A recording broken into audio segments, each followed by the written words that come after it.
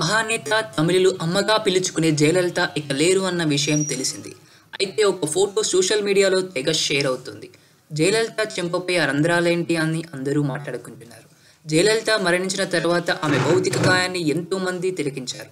అయితే ఆమె ఎడమ బుగ్గపై 4 రంధ్రాలు ఆసక్తి రేపాయి. సహజంగా ఎవరైనా చనిపోతే వారి మృతదేహం కొన్ని రోజుల పాటు కుళ్ళిపోకుండా వైద్యులు ఎమాల్మింగ్ చేస్తుంటారు. దేహాన్ని కొన్ని రకాల రసాయనాలు మందులతో కుళ్ళిపోకుండా కొన్ని సూదులు వేస్తారు. మృతదేహంలోకి రక్తాన్ని బయటకు తీసేసి ఈ రసాయన మందుని లోనికి పంపే ప్రక్రియ ఇది. అయితే సహజంగా ఈ సూదిని మెడ వెనుక లేదా గజ్జల్లో చేస్తుంటారు. జయలలిత దేహానికి కూడా ఈ తరహా ప్రక్రియ వైద్యులు నిర్వహించి ఉండే అవకాశాలు ఉన్నాయి. జయలలిత గుండెపోటు వచ్చినప్పటి నుంచి ఆమెకు వైద్యులు ఎక్మో చికిత్స చేశారు. ఈ ప్రక్రియలోనే ఎమాల్మింగింగ్ కూడా చేయవచ్చు. సూదులు వేయాల్సిన అవసరం కూడా ఉండకపోవచ్చు.